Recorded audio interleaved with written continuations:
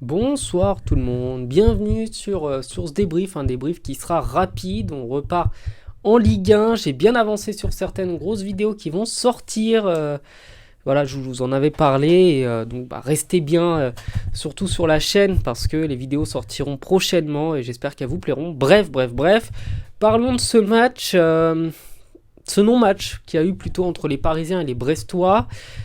C'était un match qui, sur le papier, évidemment, devait être à l'avantage des Parisiens, mais les Brestois, troisième de Ligue 1, venaient évidemment avec une autre casquette que celle de l'équipe qui venait prendre sa valise et rentrer à la maison. Les Brestois ont pas mal subi en début de match, les Parisiens étaient vraiment concernés. En début de match, ils étaient concernés. Et sur deux coups de génie de Marco Asensio, qui est apparu et a disparu aussi vite qu'il est apparu, et... et de Kolo Muani qui a marqué, mais ça doit pas être l'arbre qui cache la forêt et ça doit pas être la grande satisfaction qu'il ait marqué ce but-là. C'est un but de renard, hein. Il faut le mettre, il faut aller le mettre, mais bref, on va parler individuellement de chacun des joueurs. Déjà, pour commencer, grand match de Magnetti du côté de Brest qui a eu un énorme volume de jeu, qui a récupéré beaucoup de ballons. Pierre Lesmelou, c'est pareil. Et dans l'ensemble, la prestation brestoise, elle a été cohérente du début à la fin. Elle a été vraiment très linéaire. En fait, il n'y a pas eu de période de moins bien, etc. Il y a juste une période où les Parisiens ont mis deux buts coup sur coup. Parce qu'ils sont juste trop forts techniquement et individuellement. En dehors de ça, les Brestois n'ont pas changé leur façon de jouer au foot. Ils ont toujours continué à essayer d'attaquer, ils ont toujours essayé de marquer, ils ont toujours essayé de se projeter. C'est ce qu'ils ont réussi à faire et ils ont été complètement récompensés de tous leurs efforts. Et donc, avant de commencer à parler de la prestation des Parisiens, bravo aux Brestois, c'est logique, c'est mérité, c'est pas volé du tout. Et les Parisiens ne peuvent en vouloir qu'à eux-mêmes et ne pas se trouver des coupables à part Danilo qui est évidemment le coupable du soir. Ça c'était pour les Brestois. Du côté parisien, on a eu un grand match de Bradley Barcola qui se fait expulser et l'expulsion elle est injuste parce qu'il ne doit pas prendre le premier carton jaune, il n'y a pas faute. Donc le deuxième forcément ça faisait pas rouge. Barcola qui a eu beaucoup d'occasions de briller, beaucoup de moments où il a brillé. Il a fait beaucoup de beaux gestes, des beaux contrôles, des bonnes passes, euh, des bons appels aussi, des grosses percussions, des moments où le ballon il l'arrête et il repart en cassant les reins de son adversaire. Et ça a été ça tout le match. Bradley Barcola, il est bien récompensé avec une passe décisive. Il aurait mérité, je pense, un peu plus tant il a été décisif dans le jeu des Parisiens. Ça c'est vraiment la grosse satisfaction. J'ai vu aussi un Zahir Emery et un Vitinha qui jouaient bien, qui ont fait un match assez satisfaisant respectivement. Après, du côté des moins bien, il y en a trois, je dirais, trois principaux, à commencer par Danilo Pereira, qui pourtant est un bon joueur, mais a fait une soirée terrible. Il met un but contre son camp, bon ça à la rigueur on peut dire que c'est pas grave, mais il y a surtout le deuxième but où il est complètement responsable, en plus de tous les autres Parisiens qui ne défendent plus, où il met 15 ans, et d'ailleurs il ne va pas en fait sur son vis-à-vis, il traînasse, il est très lent déjà, très lent en termes de vitesse, il est très lent pour intervenir, en plus il se place mal, en plus il a les jambes ouvertes, et en plus elle passe entre les jambes, la balle, bref, Danilo fait un match pourri, plus des mauvaises relances. Mais ça c'était le petit bonus, hein. Il est vraiment impliqué sur les deux buts que les Parisiens prennent. Quand on sait que les Parisiens ne sont pas très solides défensivement et quand on sait que les Brestois ont tendance à attaquer très fort en deuxième mi-temps, voilà, il fallait pas être un génie pour se rendre compte que ça allait péter du côté des Parisiens. L'autre insatisfaction, c'est évidemment Kolo Muani, j'en ai déjà parlé, il enchaîne les mauvais matchs, il enchaîne les matchs où il n'est pas utile, où il n'est pas décisif, où il se place mal, il apporte pas grand chose dans le collectif, et en plus, techniquement, c'est pas non plus un crack, c'est pas non plus une foudre de guerre. Bon, je veux pas dire qu'il faut le renvoyer à Francfort ou qu'on n'aurait jamais dû le prendre, non, faut pas abuser, c'est un joueur qui a des grandes qualités. Mais il faut qu'il se ressaisisse parce qu'à Paris, il n'y a pas le temps d'avoir une saison d'observation, ça n'existe pas. Vous n'avez pas le droit, quand vous êtes joueur du PSG, d'avoir une saison où vous êtes médiocre. Vous devez soit être bon, soit partir. Et c'est ça dès la première saison.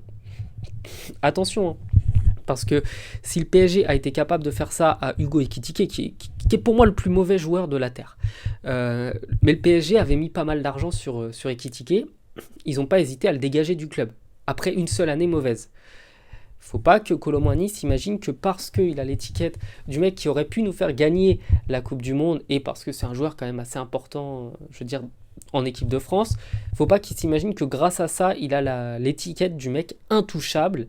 Non, il va être jugé, il va être critiqué. Alors oui, il a mis 4 ou 5 buts ou quelque chose comme ça sur 7 tirs cadrés, ce qui est des bonnes stats en vrai en Ligue 1. Enfin, des bonnes stats par rapport au nombre de tirs. Mais il n'est pas intouchable. Par contre, il y a un autre intouchable qui là a fait exceptionnellement un match moyen, voire pas bon du tout. C'est Kylian Mbappé, mais c'est tellement rare qu'il fasse des mauvais matchs qu'on va pas vraiment en parler. Voilà, ça arrive de temps en temps, le mec il peut pas mettre 1 à 2 buts par match toute l'année, ça n'existe pas. Il a un ratio de plus d'un but par match depuis le début de la saison en Ligue 1. Il est décisif à quasiment tous les matchs du PSG. Quand c'est pas des passes décisives, c'est des dribbles. Quand c'est pas des dribbles, c'est des pénaltys. Quand c'est pas des pénaltys, c'est lui qui marque.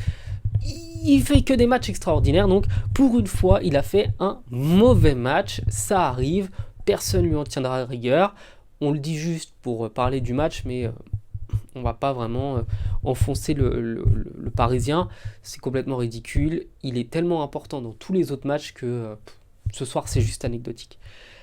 Autre chose dont je voulais parler, c'est du coup la belle opération des Brestois, les Brestois qui maintiennent leur place, je veux dire, ils gardent leur rang de 3e de Ligue 1, c'est vraiment l'outsider pour la course à la Ligue des Champions. Je pense qu'une équipe comme ça a peut-être pas l'étoffe pour aller jouer la Ligue des Champions, je pense pas. Mais quand on regarde les mauvais résultats de certaines équipes qui y vont ou qui sont 3e et qui se font éliminer dès les premiers tours face à des 3e divisions de Tchécoslovaquie, on peut légitimement se dire que Brest, s'ils ont un bon tirage et qu'ils partent en Ligue des Champions, peuvent peut-être aller la jouer. Ce serait évidemment impressionnant parce qu'on ne les attendait pas à ce niveau-là, mais j'attends de voir. J'attends de voir, ils ont fait une très bonne première partie de saison. Là, il va peut-être y avoir un peu de fatigue dans les jambes parce que ils ont évidemment un effectif qui n'est pas aussi étoffé que celui du PSG, de Monaco ou de Nice ou de l'OM Enfin voilà, ils n'ont pas un grand effectif.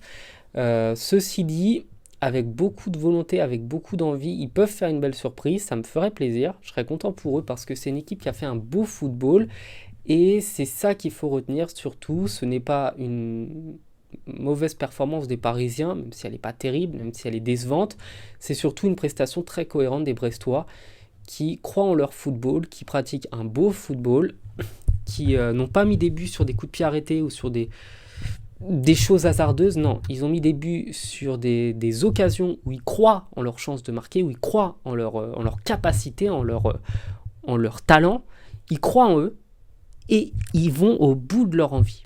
Ils vont au bout de ce comment dire, ils vont au bout de ce qu'ils croient. Et c'est pour ça qu'ils marquent. Et c'est pour ça qu'ils sont bons. Et c'est pour ça qu'ils vont nous faire une deuxième partie de saison. Je l'espère qu'il sera bonne. Au moins tout aussi bonne que la première. Donc voilà, c'était un match cohérent entre deux équipes qui pourtant ont des jeux différents, ont des qualités différentes. Mais le manque de constance des Parisiens face à une constance impressionnante et une régularité des Brestois, faut qu'on a eu un 2-2 complètement légitime. Personne n'aurait mérité de gagner, je pense, dans cette rencontre, parce que les Parisiens étaient au-dessus en première, les Brestois au-dessus en deuxième. Donc voilà. Bon. Peut-être un petit peu de déception pour les Brestois, qui auraient pu peut-être croire en quelque chose de plus, mais voilà. Ça aurait pas été volé un 3-2 pour eux, ni un 3-2 pour les Parisiens. C'est juste un beau match. Je vous souhaite de passer une bonne soirée, je vous dis à bientôt sur la chaîne. Ciao.